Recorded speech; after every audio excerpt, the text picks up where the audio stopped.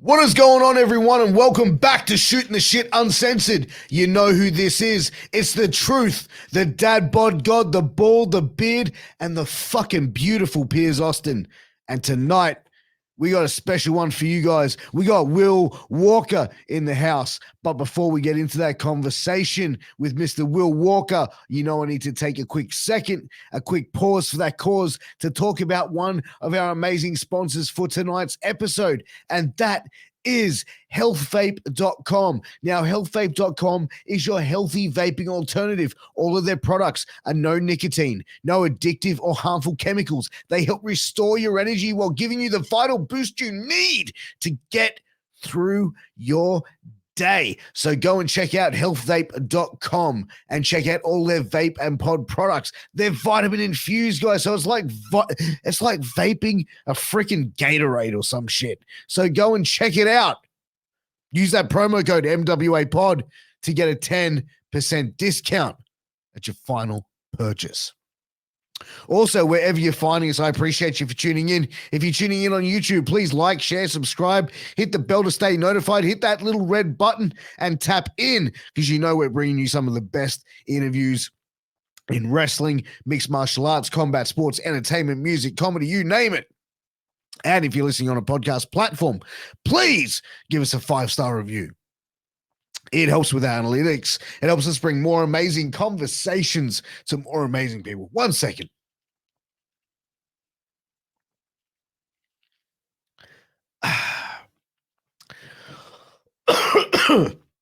Sorry, I was a little bit Miss Piggy. I had a frog in my throat. But like I said, if you could please give us a 5-star review on all podcast platforms. It helps with our analytics. It helps us bring more amazing conversations to more amazing people. So get to clicking and get to tapping in. But let's get in to our conversation with the one and only Will motherfucking Walker. Yeah, baby.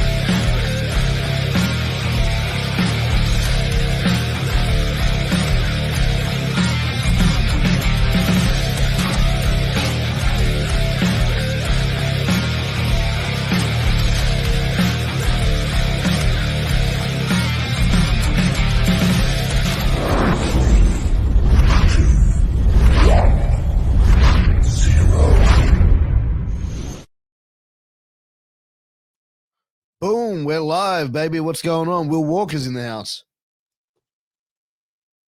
And we've got no sound on Will Walker. No, we've lost all volume. We've lost all control. What is going on? Huh? There we go. We got some sound. Oh my God. Oh my God. I was just saying, I've had some dinner. I'm very full. How you doing, man? Welcome to the show. Thank you for having me. I have the PlayStation headset on and I pressed mute and I wasn't sure if it was working, and then I muted on the computer. I've unmuted everywhere now and we're back. So I'm chilling now. You're chilling now. Well, I'm glad we can hear each other, bro. But man, like, we started talking just the other day, man. And I thought, why not get you on the podcast, bro? Have a conversation. You were present when me and Charlie Rose were having a conversation, and we started talking after the podcast. And man, I thought, you're an interesting dude, man. I want to get you on and shoot the shit, have a chat, and then tap into your brain a little bit, bro. Yeah, thank you. Thanks for having me. I've never really been big on like the whole podcast thing, which I'll touch on this again later, that kind of thinking, but it has like my thinking on a lot of things, especially podcasts as well. It's been changing over the last 12 months. And like we listen to like some Jericho podcasts and some Joe Hendry podcasts, and like they're so insightful, and just getting to listen to people talk. I think you hear people talk a lot to you during the day, but it's different when you sit down and you're thinking about what's being said rather than like taking it in and just going and doing something. So yeah. I've been looking forward to it. It's been a long time coming, I think. Thanks, man. Like, so what was your biggest hesitation about podcasts previously that you had? Sure. I I think especially with Twitter, people do like to voice their opinions, and I think people are so valid to that. And if you have an opinion, you definitely should voice it. I can be chirpy on Twitter occasionally. I think I'm a little bit funny, but beyond that, I have tend to not really share my opinion on anything really publicly. Just in that I don't think I have anything to say too exciting. And I've said that to Charlie before, and they've said to me, like you've done a bit, like a lot of people, like you've definitely probably got some insight on things that people want to hear, and it's not humbling, but like it's nice hearing that from Charlie. Not that I don't hear it all the time, but like, Sure.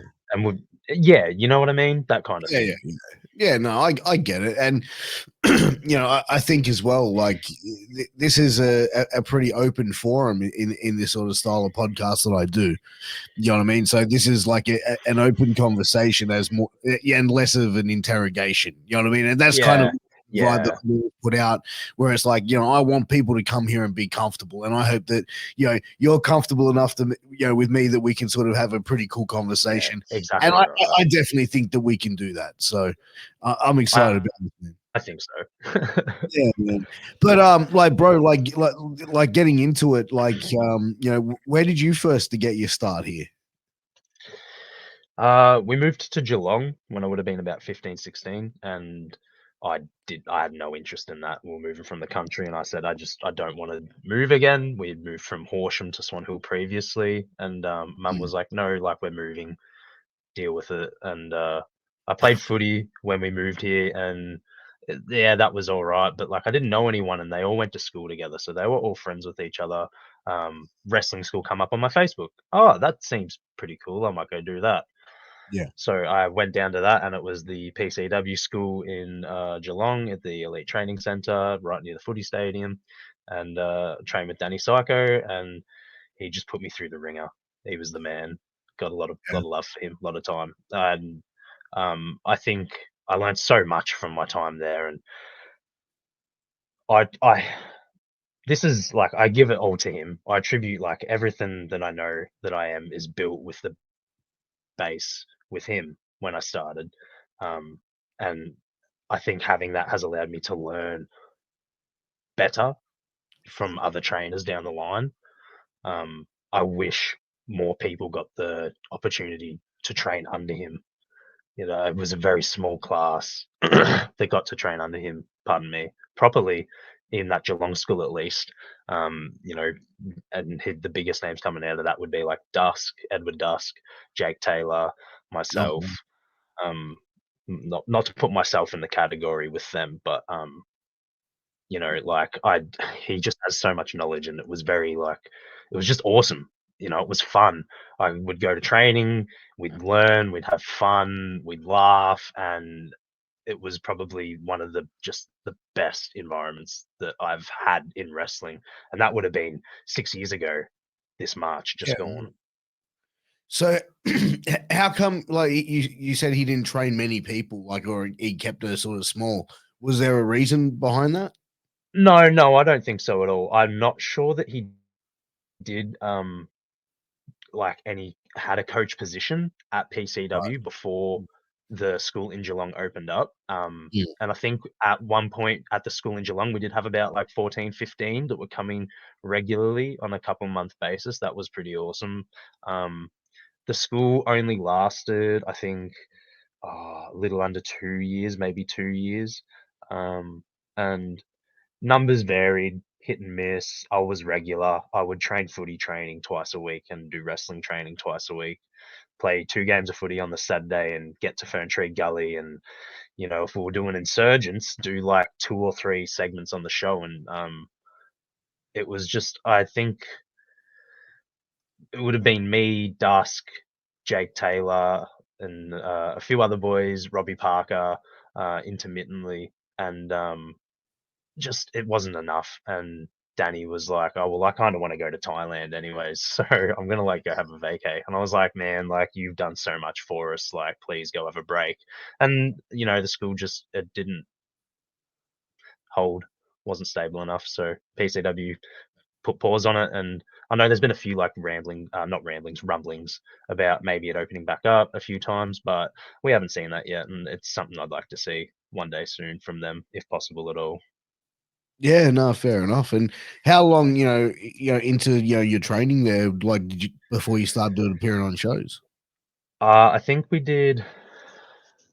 It was the March I debuted, and they said to me, they were like, "You got to be 16." I said, "No, that's fair. I was 15 when I started."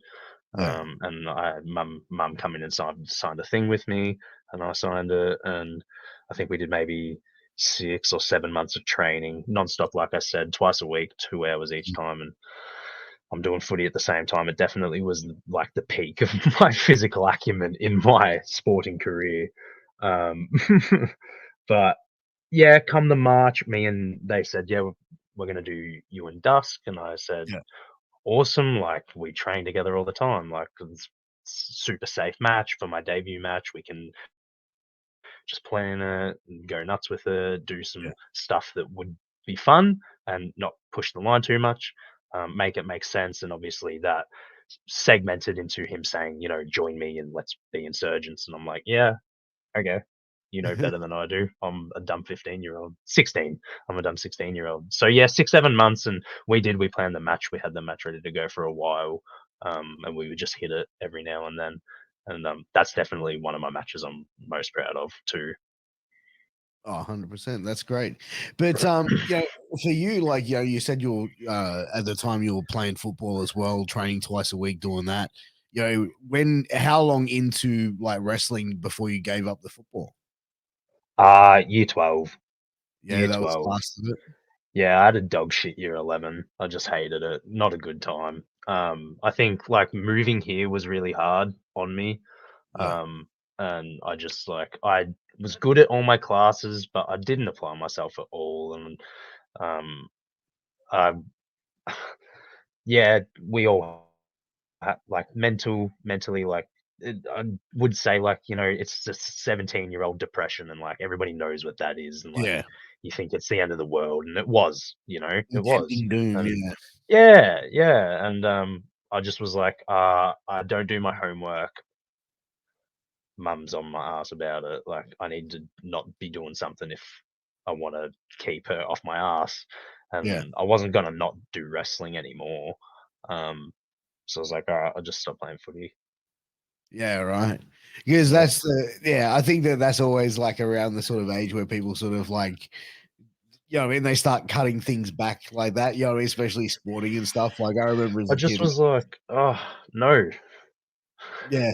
sorry, yeah. No, no, like it's 100% right, man. Like, it just gets to that point, dude. But as far as like being in wrestling, did you start to ever see any of like the negative sides of wrestling early on, or were you just like so enamored with the business that everything that you saw was just like super positive, positive, super exciting?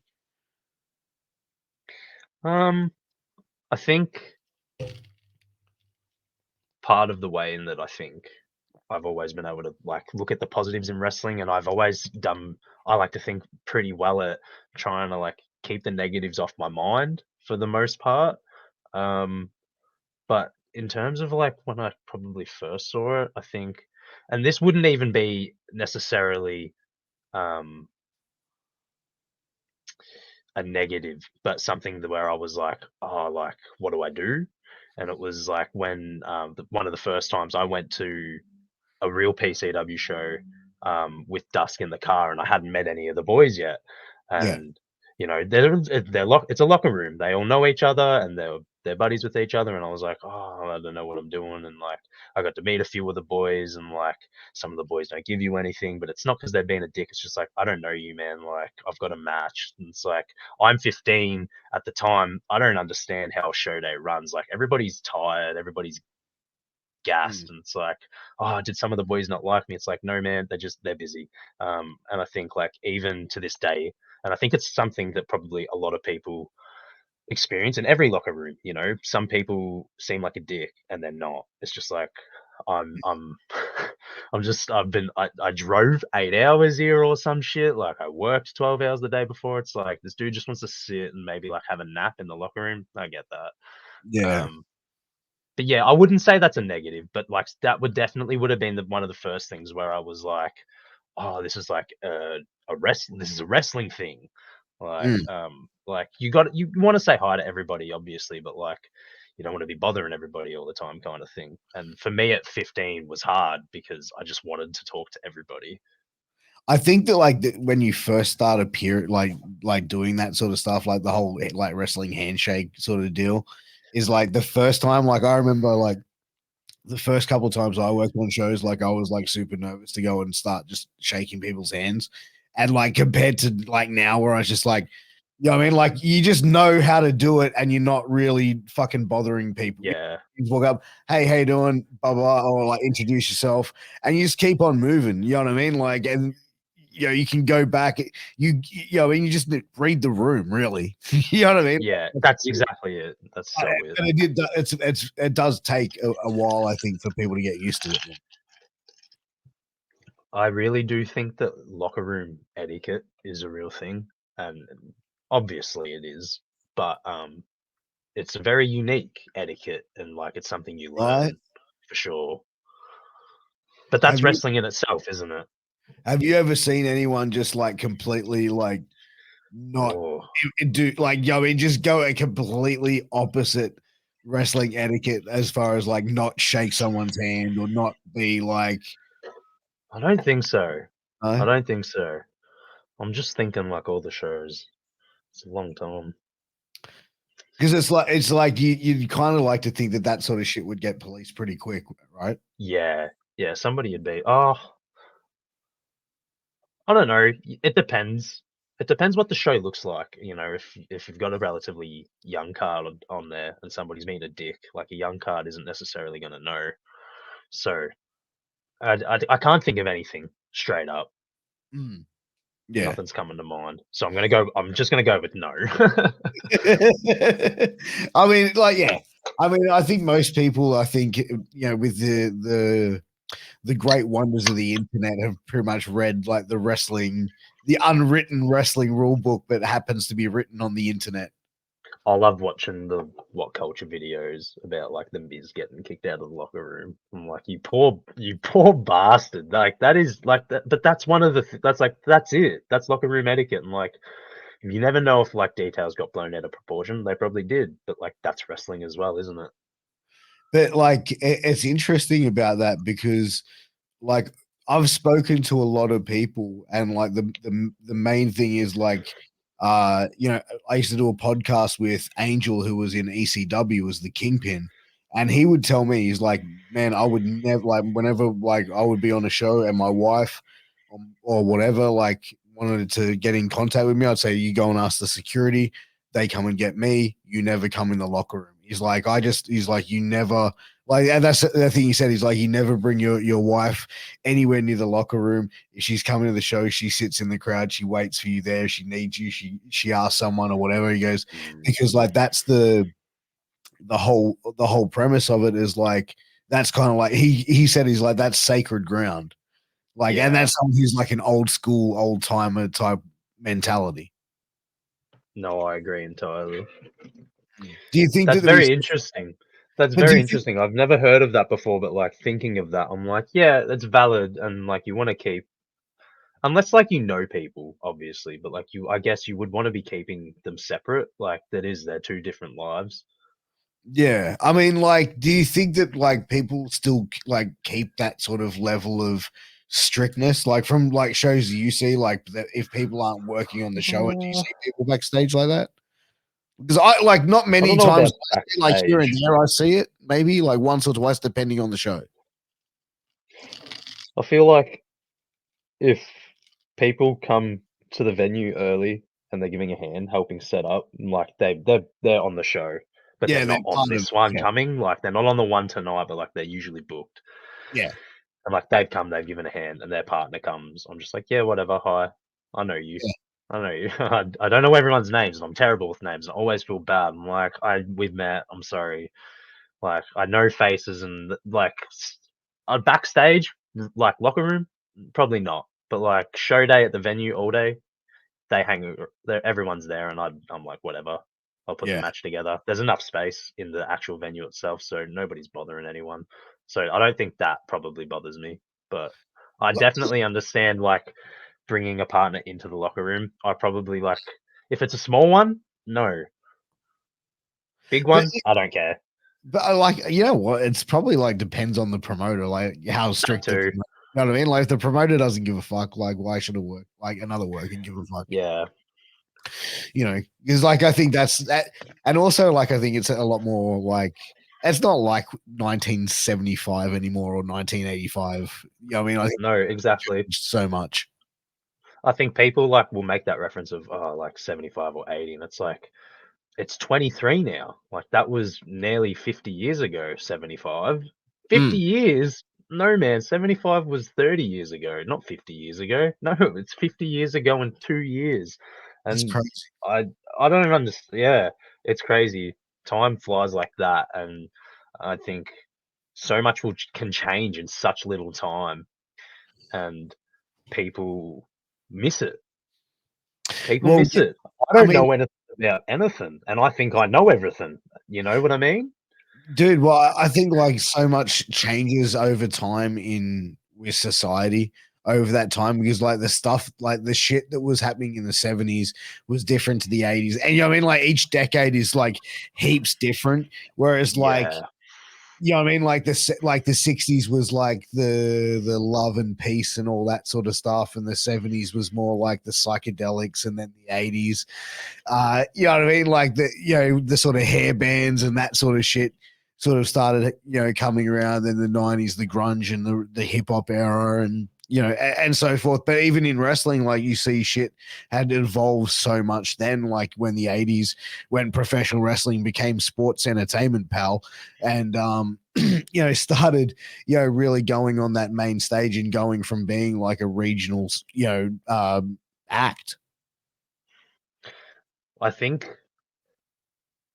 locker rooms have evolved definitely, like as you were saying, with the decades, with the people, and you think about like the hippie movement when we had the war, and then like 90s is you got your grunge, and 2000s evolves from the grunge kinda, I guess, and New like metal, yeah. and then you kind of hit that 2015 till now is like Gen Z culture, especially like it's its own thing.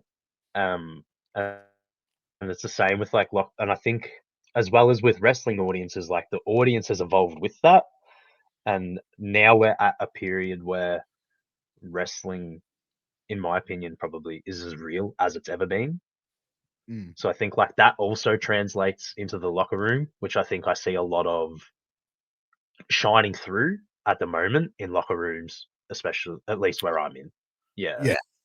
And yeah. like, let me ask you this, like, because there always seems to be like a drama happening in the business in the industry, whether it's in Australia or like worldwide. There's always like an There's a issue hot that, topic every yeah, week, like new hot there's a hot topic. topic every week. But let me ask you this: do you think that the fans like buying into it? Like, do you think the fans are getting upset and worked up, I think it's or do you, part of the fun. or do you think it's just the workers that are like doing it and the fans don't really give a fuck? Like, where do you think the fans are invested in it? I think invested is in like it's a funny word because like it Or kind caught of up? comes with this gravitas of wanting to like I care about what is happening. Sure. But people wouldn't be doing all this blah blah if they didn't care about what was happening. So I'm like, you're invested. You might not watch it every week, but you are a regular attention payee of this product. You don't watch it every week on whatever. Okay, you bet you watch it on YouTube, bet you watch it on your phone, bet you bought the game when it come out. I think the drama, especially coming from the Attitude Era, which was, the hottest period of wrestling, Mm. because it was real and the drama was real. WCW, who's going here, and especially with AEW coming, like it's a similar kind of thing. So I think the obviously we saw the decline of wrestling with COVID. You know, we saw the decline of everything with COVID. I can understand both products wanting to generate as much hype around both of their products. So I think, you know, do they probably feed into it? 100%. Yeah. All of it? Nah. But like that's where the fans come in because the fans do love it and the fans are invested. I want to pull up Instagram right now. I'm Yeah. going to go to my search and see what it comes up with to see if major betrayal. The WWE universe is convinced that Roman Reigns will get betrayed by a bloodline member at Night of Champions. Hot take? Don't see it happening. Really? That's Yeah. like that, but see, that's the thing. But we talk about like even people trying to find out about backstage heat, you know. But even like the people like the Sean Ross Sapps and the fucking Dave Meltzers and the reporting and stuff like that. Like, is there like the fan base that really falls into that shit and really wants to know? Because it's like I don't know. Like, do you think fans get that invested into it? I think it. I think the people that like reading about it, I'm not necessarily sure how that thinking works, but if it were me, I'd be thinking probably like if you want to know, you want like for it to not happen so that you get the surprise of it at the show, Mm. like the reverse surprise, I guess, almost like you go into it knowing what to expect, and if it doesn't happen, it's like, hey, hot damn.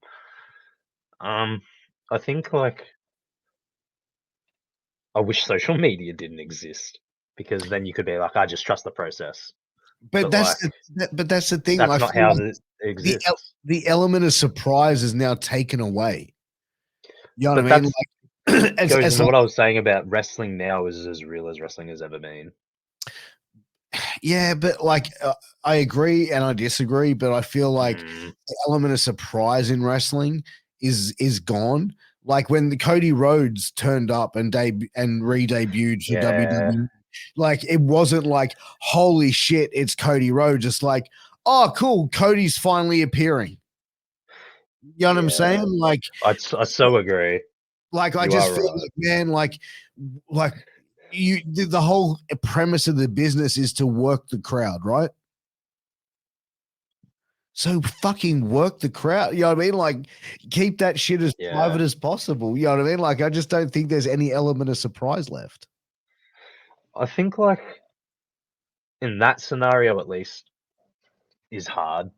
Obviously, with like AEW, we're gonna be like, yeah, we don't have Cody anymore. Mm. It's like, well, obviously he's going to WWE. We all know that. It's just when does it happen before Mania or after Mania? And it's like, you want him on Mania? Mm. We'll get him on Mania. Oh well, everybody knows they'll still lose their minds, and they did, and it's not the same pop, but I think like I said about social media, like everybody knows what's gonna happen.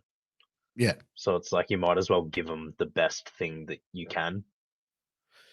Yeah, like I get it. I Yeah. get it. I think it's better then it comes down to the performer about going, okay, you now have to go out there and get this massive reaction and you have to try and get it somehow.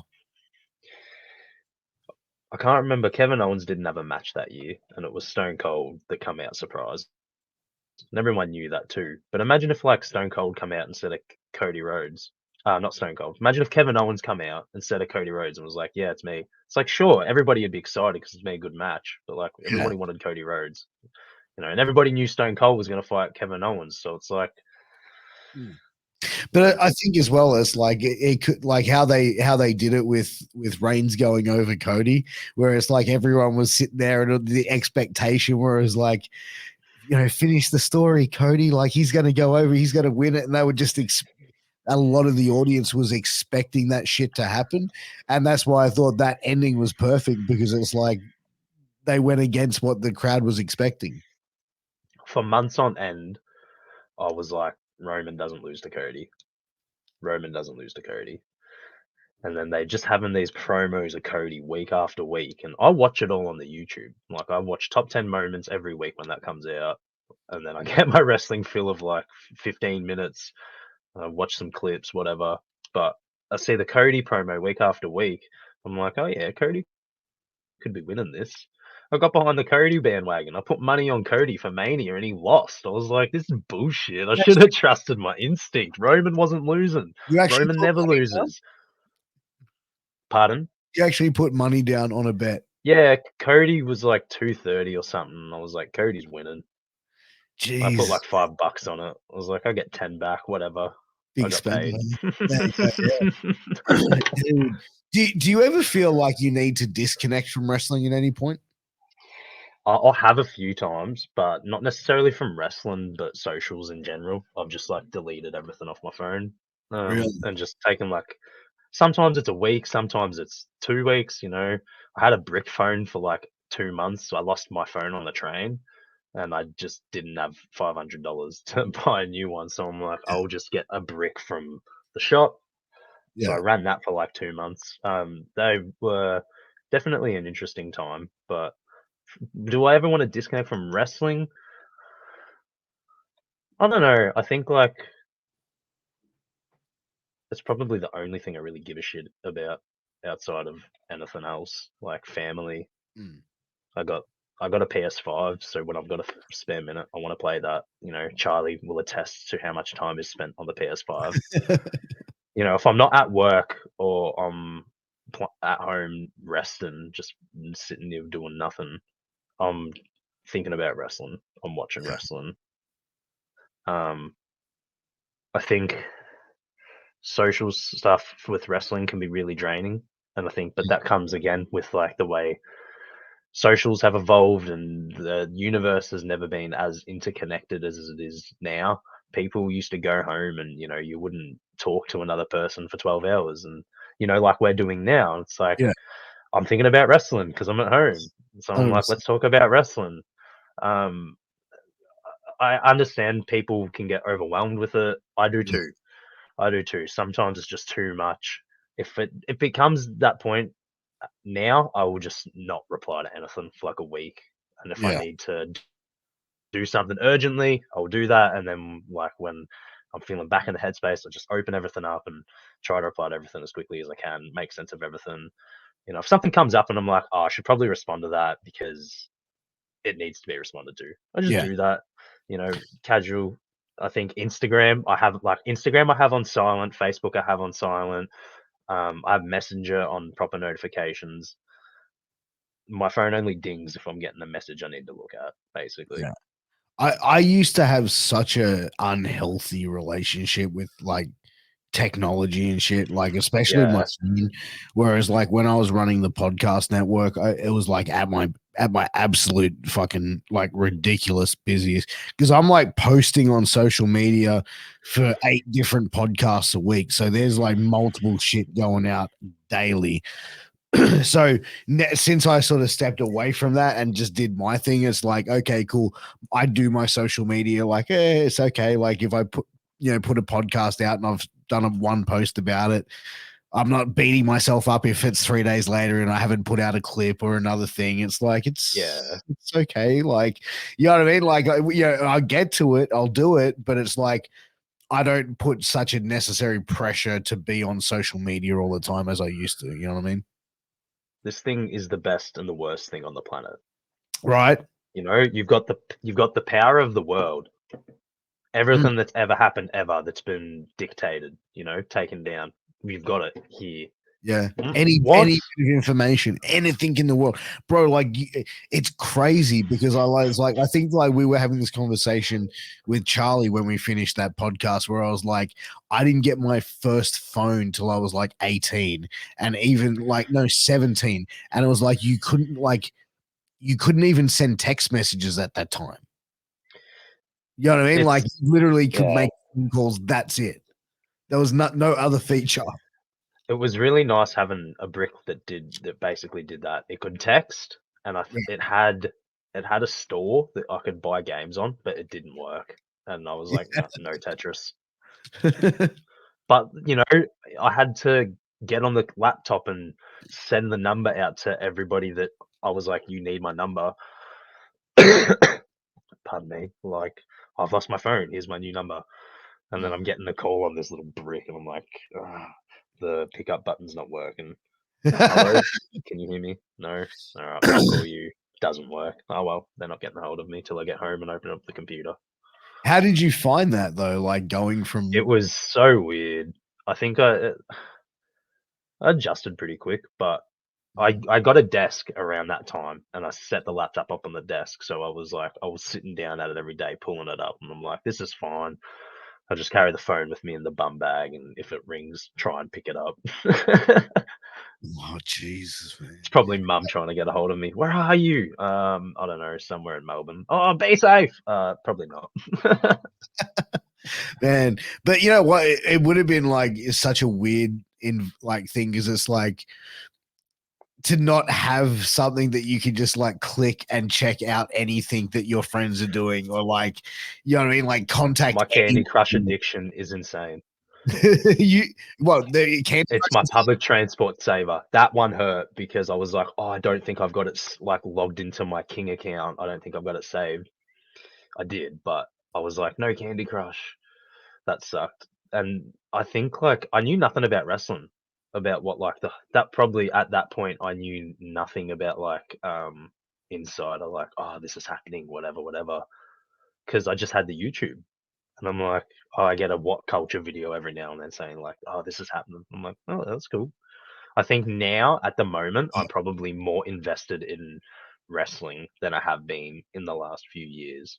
I've really like set my sights on just doing shit, yeah, putting in work, doing real work, and making heaps of cash that will let me do this more. yeah, Because Charlie lives with me now at my place. My folks built a place. Charlie lives with us after doing a share house for a bit, and I'm like, let's just get ripped and have awesome matches. And everywhere is going to be like, yeah, come wrestle for us. And that's how you do it, you know. yeah. If you are good, places will want you. 100%. And I think it's like if you put the effort in, you put that time and dedication into it, that sort of shit pays off. How often are you wrestling at the moment? Like, are you wrestling every weekend? I think I just did 4 or 5 weeks. Let me look at the calendar. Yeah, I just did 4 weeks, and then Charlie has 5 weeks come next weekend. And it's just that for me, that's a record for me, 4 weeks in a row. So I was like, that's pretty awesome. I've been feeling good about that. I'm feeling like I've been having matches that the crowd are into. They're understanding what's happening. Not that they haven't Sure. ever, No, no. but I don't know. I feel like I'm connecting differently. I've turned heel in a few places, so I'm kind of doing that again, and I think like I haven't really had a chance to kind of flesh that out until now, and I think I'm having a lot of fun. Just messing with people is so funny, and I love yelling at kids. And I don't know. I think yeah, I'm myself more invested in wrestling now than I have ever been, which is ridiculous because I've always been a huge nerd for it. It was that, Star Wars, or sleep. You know? And then Star Yeah. Wars went to shit for a few years, and I was like, wrestling. And that You know was what? when Roman was champion. That time sucked. Don't get me started. That was year 12. Don't get me started on year 12. But you know what? Like, I've only ever watched the original Star Wars movies, like the ones Really? from You haven't the seen any of the 70s. new ones? No, I've only seen the Mark Hamill shit and like the what do you call fucking what's his name? Ewan McGregor, Hayden No, Christensen. I didn't see any of those. Haven't seen No, those ones. haven't Mark seen those Hamill, ones. Harrison Ford, Carrie Yeah, Fisher, yep. Those are the ones I've seen. Alex Davis as Obi-Wan. Yeah. So was it They're, Return of they're the the Jedi? best ones. They're the best ones. Return of the Jedi, Empire Strikes Back, and A New Hope. They'd be the three best ones. The New And Hope, then was that the third one? A New Hope is 4. A New Hope is 4. Empire Strikes Back is 5. Return of the Jedi is 6. Right. Because I did it backwards or some shit, right? So they start at 4, 4, 5, 6, 1, 2, 3, and then 7, 8, 9. 1, 2, 3 is Ewan McGregor, and Natalie Portman, and then 789 is Daisy Ridley, and I don't know any of their. I know all their other names, but I can't think of them. And those ones kind of bombed. Those ones sucked. But like people thought the new three, 1, 2, 3 sucked, and I'm like, they're all good. Like they've all got their flaws. It's just these ones have a few more flaws. Oh Bro, well. I've heard that the Star Wars marks, they're more intense than Uh like yeah. wrestling fans. Yeah. I think like that is it's very interesting that we make this parallel because I think like being into two different products that have such intense fan bases, and I'm a big nerd for Star Yeah. Wars. I like to think I am. I've never read any of the comics, but like everything else, like I'm a big Star Wars nerd, and it's like Star Wars fans are toxic as shit. It is so crazy. You see, like, and I think being into that probably before I was into wrestling as big as I was, Mm. I was ready for it, which I think goes back into me being like, I've think I've done pretty well to just push negatives out, not let And them bother me. that's a hard thing, man. Like It's not easy. when you can be around toxic people or toxic behavior or toxic vibes and be able to cut that out. That is so hard to do, man. Because like eventually, after a while, that shit fucking breaks you down. I think for most circumstances where like if I'm not really necessarily vibing with somebody or if I've heard a real negative thing about somebody, it's not a case of being like uncomfortable or anything. It's just a case of I feel bad for you. Mm, Like I heard this. Like, is it true? Like that sucks. I'm not gonna bring it up. I'm not gonna say anything. It's not my place. Whatever. I'm here to do a job. I'm getting paid, man. I yeah. don't care what you're here to do and what you're getting paid for. Mm. Um, I'm here to put on what I think the booker said. Do this match. I'm gonna go do that match the best I can, so that he says, "Oh yeah, I want this one," and it's in the main event at the next one. 100%. Um, you know, if yeah, I think I'll That's, I'll and end, I'll end that there. well, I think that's investing your attention in the right area. Yeah, I think it's you care about people and you want to be as empathetic as possible, and I like to think that I am. You want to be able to be there for people, but you don't want to put yourself in jeopardy at the risk of selling yourself short for another person Mm. when perhaps something's been said and you defend them and because they're your friend, or even in that case, and it's like, oh no, it's true. Oh, I've seen this. And it's like, well, A, you've made yourself look like a dummy. Yeah. B, your friend stabbed you in the back after you went to bat for him. It's like it's just, and it's not. It's hard because like you want to make friends with everybody, and you have your circle, and you want to go to bat for your friends. Mm. It's just knowing like who to go to bat for, I think. Yeah. And but I part mean, of that is obviously knowing people and gauging people for what they present to you, because every person is presented differently to a different person.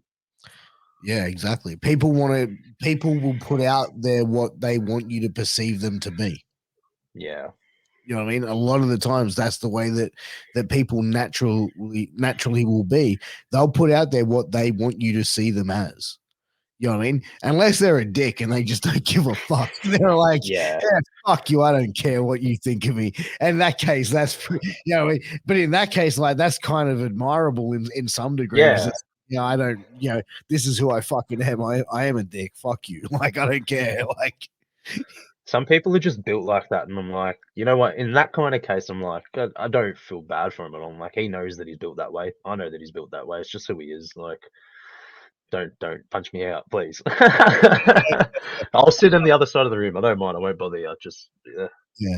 I mean, look, I just try and be friendly and happy with everyone, and have a yarn with anyone and everyone, and like I said, do what I'm there to do, and fuck off and go home and be dad and husband. Like that's basically it. Yeah. I feel like that there's probably like in that environment as well. Like you see a lot of people that sort of come into it and that are around it, and that whole vibe, and being able to get to connect on that level. Like, I feel like for the most part, on people at shows, like, you don't really see a lot of people that are dicks. Like, everyone's kind of there for the same thing, like, to Yeah. have a good time, to, like, you know what I mean? Like, I don't know, like, maybe I've just been lucky, but most of the shows I'm on, like, there's not a lot of dickheads around. You know what I mean? I don't think I heard like you hear like show day ramblings and whatever, and like you hear things about people, but I've never experienced like anybody being like a huge asshole where I've been like, fuck that man, like he was rude as like I've Yeah, never like, had not in your had that face, like like, yeah, nah, never in my face. Like I think people probably people probably think that, and as I've said, people are entitled to their opinions. I've got mine. That's sure. how we are as humans. But nobody has ever said to me like in the face like, I hate you, like you dick, fuck you, I'll kick your ass. Well, it's Yeah, like people no, I'm like, that people don't like confrontation these days that's as it. well. That's Like, it. I feel like even if someone did think you're a dick, they're gonna, like, be like, "Oh, hey, Will, how you doing, man? Yeah, good to see you, buddy. All right, cool. Oh, yeah, how's Charlie? You good? All right, cool. Yeah, man. Yeah, I will catch up after the show. Yeah, we'll have a feed. All right, cool. See you later." You know what I mean? Like, that's what you. And then, like, as soon Yeah. as you walk away, man, what a fucking dickhead that guy. You know what I mean? Like, Yeah, it is. It happens that way. And I do like sometimes it's warranted and sometimes it's just miscommunication. And it happens. yeah, Not everybody's going to get along. And, 100%. I think that's the beauty, like, and that goes into people like fans being invested in the product with the drama. That's how wrestling is. Not everybody gets along, and there are so many talented people in the business that don't get along with each other. And it feeds into it. It makes it entertaining because it's real on so many levels, But even that's the smaller thing. levels. But when these people that don't, like, vibe with each other, right, and they're not feeling each other, but when they say, like, "Nah, we don't want to work a match to each other," then it's like, we're Yeah. not being professional. You're not doing business. That's when we haven't. Yeah, that's probably where I'd be drawing the line. That's when you're causing not it's taking the issue between you two and causing an issue for the promoter then. You've now gotten the promoter involved in your personal beef. I'm not about that. No, That's and that's it probably happens you know, more than you I see. don't want to put it on It, his plate. it probably happens more than you know. What I should say. Yeah, I would imagine it happens all the time, but some people are just like that, and some people are drawn to the chaos of other people and Mm. themselves, and Some people are I've just been drama queens as well, right? yeah, yeah. Some people like it's not necessarily about liking the idea of blowing something out of proportion. And I'm gonna say this with no further explanation, but the phrase of being like built like that, you know, some people are just built like that. It's just how Mm. they exist. It's how they communicate. Um, yeah, it happens. I've been lucky enough where I've never had anything crazy happen on the show day. Like Yeah. injuries, I've seen some crazy injuries on show days, but never like anybody blowing up. What's the most hectic injury you've seen? Probably, I can't remember who did it. I think it was Broderick. Broderick Valentine did like a baseball slide, like cooked his leg or something. His leg was like backwards. I was like, "Oh, bro, are you all right?" Oh. And he's like, "Nah." What You're right. else? Nah. Jesus. I can't think of anything else. I've seen a few other ones, but that one sucked. I felt so bad for him. I think it was Jesus. Broderick. He filled a spot on the card. He wasn't even on the card, and he filled a spot, and then He cooked fucked his his leg leg on in the purpose. side. Yeah, Jeez, man. that That's some sucked. That crazy sucked to shit. watch. I had my gear, and I was like, should I get it? And they're like, no, man. And I'm like, oh, okay. Whatever. I'll sit here and watch. I don't mind. I just Yeah, wanted to ask. yeah. Just Jeez, chill. dude. But is that like like still like is that like you hear like a lot of old timers and veterans say, like, whenever you go to a show, always bring your gear? Is that still like a thing done? Like, if you're going to watch a show, or like someone you like, if Charlie's on the show, for example, you're not, like, would you bring your gear?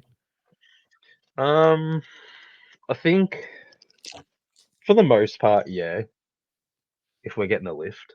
But if we're getting Mm. like public transport, nah, it's just too much hassle at that point. I'm like, I don't want to carry all this shit.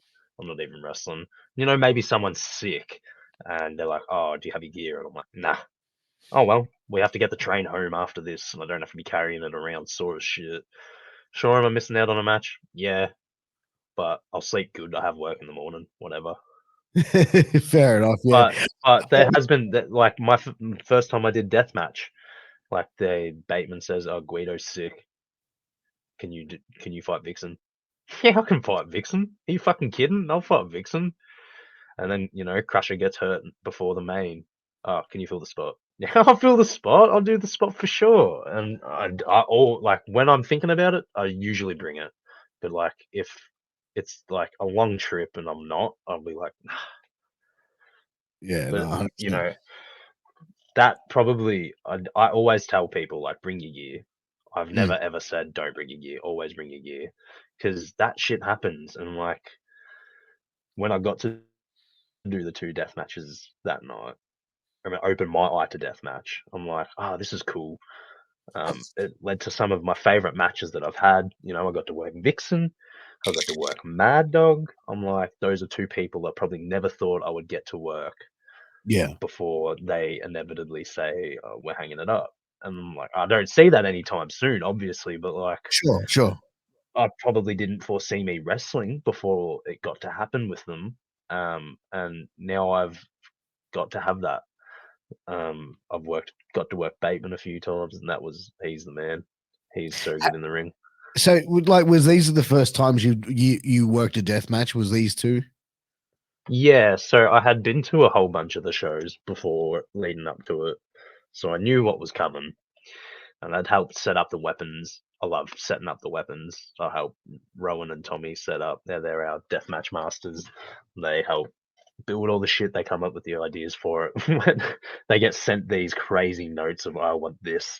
How do we build that? I love helping them build that stuff. So I've always done that and seeing it put together and, you gimmick certain things and, seeing how like everybody's landing on it. I'm like, all right, cool. Like I'll do this way and whatever. Like I could do this.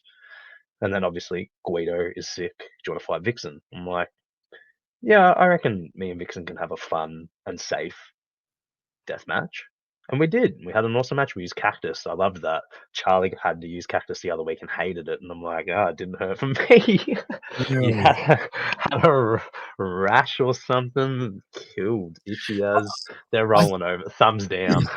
Thumbs down. but you know what? Like, I think I said this in the interview that I had with Charlie. It's like deathmatch wrestling. Like, I used to be such a huge fan of it. Like, in the late 90s, early 2000s, where like that was like extreme and deathmatch, and like even in the earlier 2000s, like there was some good shit that was coming out from like CZW at the time, XPW and shit like that. But for the most part, man, like deathmatch today, like currently, besides like a couple of workers, there's only certain people that I can sit there and enjoy watching. Like I couldn't sit down and Yeah. watch like a whole current show of like a deathmatch tournament, for example. Like it would have to be select workers or select matches on that I'd be wanting You to see. you're so right. I definitely agree with you. I don't study it as much as I study my normal, which Bateman will hate me saying. But and I think it comes from that as well. I'm like, there are a lot of really great workers, but you can't sit there and it can be. It's a challenging format to watch as a Sure. whole show, especially if you are ill-stomached, ill-equipped stomach-wise, which I am depending on my mood.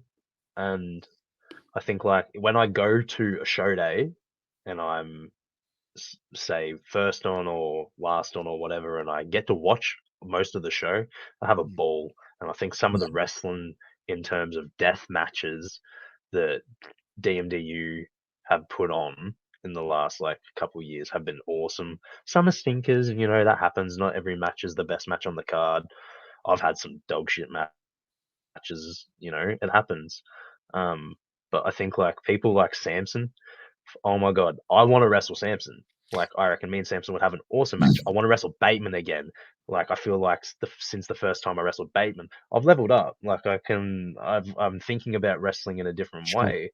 and I'm like, me and him would have a great match. I love to wrestle Chevs. I want to death match all the guys that have been doing death matches that I haven't yet got to, because I'm gonna like I hate saying leveling up, but like I feel like I've gotten better over the last 12 months than I have But what over is the it last about? 5 years. What is it about death matches that gets you excited about it though? I just I loved playing like SmackDown versus Raw Sure. 2010, Falls Count Anywhere, Extreme Rules or whatever it was, and you had like Trash Can, you Yeah. had Kendo Stick, you didn't have Thumbtacks, which sucked because that would have been sick. But you got table, you got ladder, this barbed wire bat. It's essentially a death match, and like when people go like, "Oh, death match, like it's gross," I'm like, it's just a hardcore match, man. Sometimes they piss blood, sometimes they don't. I don't cut myself in the head open every match. Some people do. Okay, they like that. Mm. That's chill. I'm just gonna go out and have a fun match where we like tell a story with the spot, with the weapon, and then I crack him. You know. Oh, Yeah. did you like it? Yeah, you popped. All right, cool. Well, There was dude, I no think that re-leading. I think deathmatch wrestling can be good when it can be done and told a story with it, when it Yeah, can make sense. But like, bro, like there's certain things that I see with deathmatch wrestling for today's deathmatch wrestling where it's just violence for the sake of violence. yeah, Like I find like just stupid spot for stupid spot, like holding a piece of like glass there while having someone throw a fucking cinder block at your fucking head. You know what I mean? yeah. Like, See, like I wouldn't say yes to a spot like that. I'd just be like, yeah. no, like I don't want to do that. I saw the needle through the dick. I was like, I wouldn't take that. Like, kudos to you, silly spot, but like, I wouldn't do it. But it was even like Mm. the whole like dude, like the whole concept in wrestling today is like to make everyone feel inclusive and welcome and be around wrestling, right? How is it that fucking pulling out someone's dick in a wrestling ring, Yeah, regardless of being a death match literally. show or another show, and how can you keep that acceptable? And bro, GCW did the same shit a week before when they had a fucking guy buck naked fucking doing a moonsault on Matt Cardona. So again, like, you know what I mean? Like, you know what I mean? When we look at today's mindset, like that shit is being done in a Yeah, society that cancels everything at a flip of a switch. yeah. That's actually a very good point. I I'm attributing that to America, Yeah, but yeah, and that's not necessarily an excuse because we're all people and like yeah. they should know better. But it comes down to like the wrestling in terms of death matches here. We haven't seen that, and we've seen some really good matches, and I think like there'll be even better ones coming. I think it sucks that it necessarily like has that um connotation Mm. because if you've met Samson, he's one of the nicest people ever, and like he wouldn't harm a hair on a baby's head. Like he's one of the most pure humans, and he'll hate me saying that. He'll be like, "No, I'm tough." But deathmatch, like I'm not gonna say it's beautiful because that's emo and sappy, but like it's just cool, and I think like it harkens back to me playing SmackDown versus Raw and Yeah. getting the barbed wire bat out from under the ring, getting the trash can out from under the ring. I got to use trash can with Dusk. Mind you, that was Falls Count anywhere, so not technically a death match. But I got to use trash can with Dusk at the Palais, and that was so fun. And every time Bateman's like, "What weapons do you want?" I'm like, "Trash can, no. Trash can, no." I'm like, "Ah, please." Well, I feel like it depends on what your level of tolerance is to violence to begin with, on what you can really sit there and watch and what you can enjoy. And it's kind of like when you watch Yeah, like people that watch movies, it's like some people can sit there and watch, like the bloodthirstiest movie horror shit, and other people are going, nah, man, that's some too heavy shit before I go to bed. Like I have to watch some Adam Sandler shit. You know what I mean? Something low key. You know what I mean? Like we all have different flavors that we like. And I feel like when it comes to even like violence and shit like that, there's always like, yeah, people can sit there and go, okay, I can watch an Arnold Schwarzenegger movie. yeah, That's kind of like my limit. I'm not going to go to like a Bruce Willis type shit or a friggin', Quentin Tarantino film, that might be my limit. You know what I mean? Whereas like there's people who go into like full probably hardcore snuff porn and shit, like, you know what I mean? Yeah, Like that sort yeah. of. So there's people that have different limits of what they're willing to tolerate and what they're willing to sort of what they can stomach. I think definitely if you're gonna like go to a DMDU show or a deathmatch show, like they're 18 plus. Sure. Like you got to know, like at some point, the onus has to be on the patron to be like, oh, this might be a little bit too much for me. Like this dude's got 100%. blood on his face on the poster, and you know that's probably not fair of me to say because the promotions should do that as well. But when it says 18 plus on the poster and it's got deathmatch written on the poster and Yeah. there's a dude bleeding on the poster, at that point you're like, oh, probably not. Um, I think like I don't like cutting my head at all. I refuse to do it for the most part. My money maker, you know. Yeah, It's fair enough, this, you bro. know. That's who you are. Um, But and if I'm you ever like, remember watching ECW back in the day, bro, and you'd see like mm, what's his name? Like Steve Carino, and he's Steve no Steve Carino. Steve Carino, and his forehead was just like that raw pink where it just looked like he Yes. just been kept See, opening it up like oh see, I won't do that. You know, I've got a few nice ones. I've got a nice Harry Potter scar from a light tube from Bateman, and he definitely has a receipt for that one day. yeah. That was a good one. I just like looked up and it got me, and I was like, "Oh, I'm seeing red. That's not good." Jeez, dude. Um, That's but crazy. no, it was good. Yeah, I won't do here much because I do that. I will try and think about like other spots we can do with the match. And Bateman has been like, "Oh, we could work like a hybrid style for you with like how you work your spots and the weapons." And I've tried like a few different things. Like I got a nice lung breaker with a bundle. Like that's a cool thing. It's Mm. like building more on that. And I think like because I'm like, yeah, I won't necessarily go to here too much. Offense, someone else has to rely on a different body part or like a buster or something, you know, on my neck. And it's like it lets us do other spots where like it's a bit more back and forth, whereas you just getting me and going Do you ever worry about the dangers and shit like that, like with all the time, using all the things like, time. especially like you see shit like Nick Gage almost dying, fucking, G Raver a couple of years ago getting sliced the fuck up, I and think losing nerve. Like does that is that a fear going into those sort of matches? I don't know about necessarily like that. I've never had a point where I'm like before a match and where I'm like, oh, I could get hurt doing this. Like obviously you go into every match thinking like everything can go wrong at once with weapons and paraphernalia around the ring. You know, shit happens. I think it's about like knowing what you can do, knowing what your opponent can do, knowing what each other is capable of, and knowing properly what you have in the ring and how to bump with it. You're fine. Mm. Um, it's hard because when you get in the ring, you're pumping. I'm in the zone. Let's Yeah. fucking go, man. And it's like, I move a little bit fast. You don't move as fast. We both hit shit. Fuck, I hope I'm not cut open at the neck. Um, I don't know. I just do it and pray to God. And I've never had a point where I'm like, I don't want to work with this person. I don't want to work with this person. Everybody that DMDU has been like, we want you to work. Here's this person. I've been like, let's do it.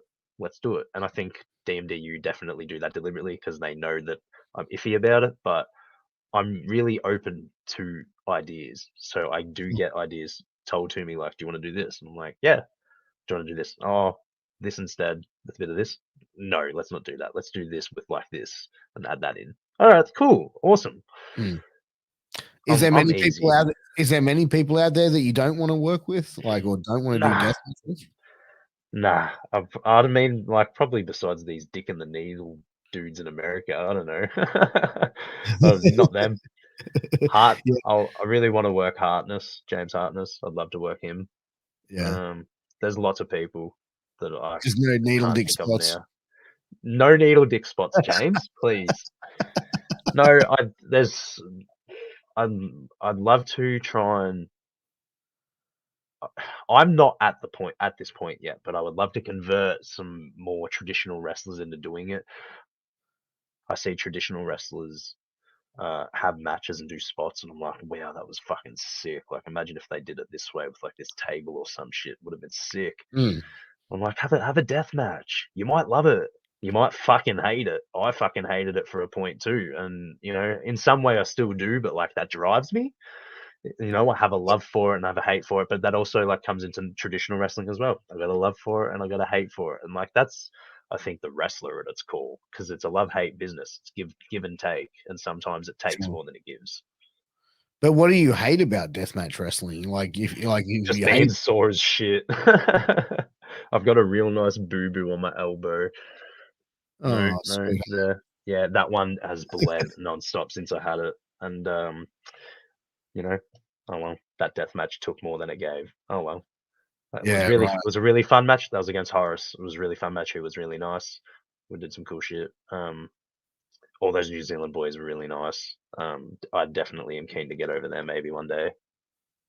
So They that was were really cool. the Heathen Combat or something show, was it? Yes, yeah, Heathens Combat. Yeah, Heathens Combat weekend with DMDU.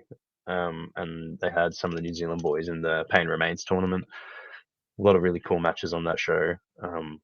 And then they had the trios match with Bloodfighter versus Team Heathen, and that was chaos. And I got to commentate it actually, if it doesn't get dubbed out because I was too mouthy.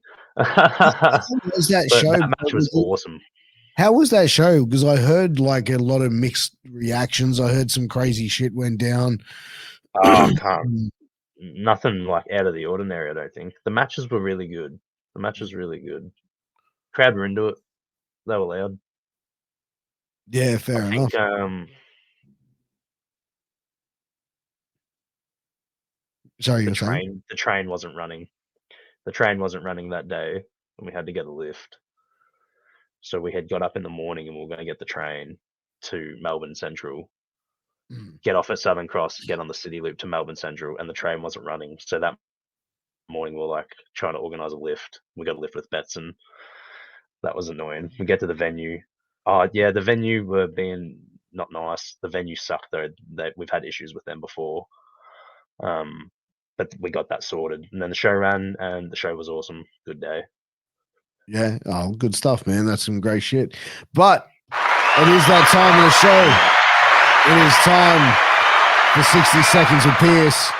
How this is going to work? I'm going to got a bunch of questions I'm going to fire off at Will Walker, and he's got 60 seconds to answer as many as he can. Will, are you ready to get the ball rolling? I am very ready.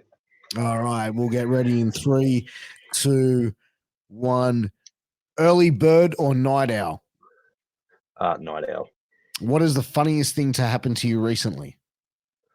Probably this deathmatch scar where I've been bleeding non-stop. If you could take all the credit for any song in history, what song would it be? Rick Astley, Never Gonna Give You Up. Which celebrity would play you in a movie about your life? Ryan Reynolds. What is the last book that you read? Great Gatsby. 5-star hotel or camping? Hotel. What is something that you enjoy that you're embarrassed to admit that you like? Kind of like a guilty pleasure. I'm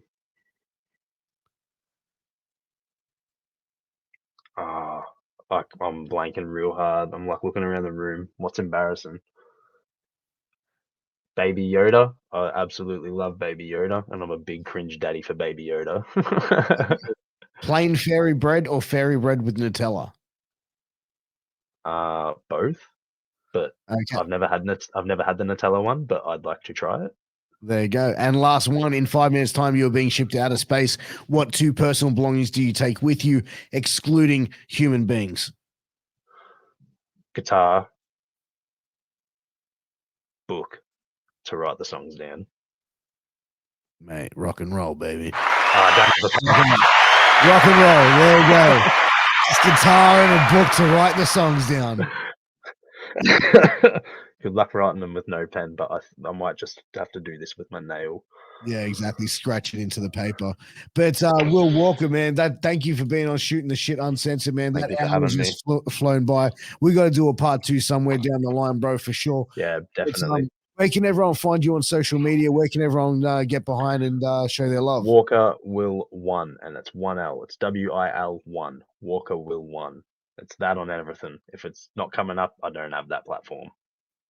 Well, there you go. Will, also, I like to end most interviews with the same question, and that is, what is one question that I didn't ask you in this podcast that you wish I did ask you, and how would you have answered that?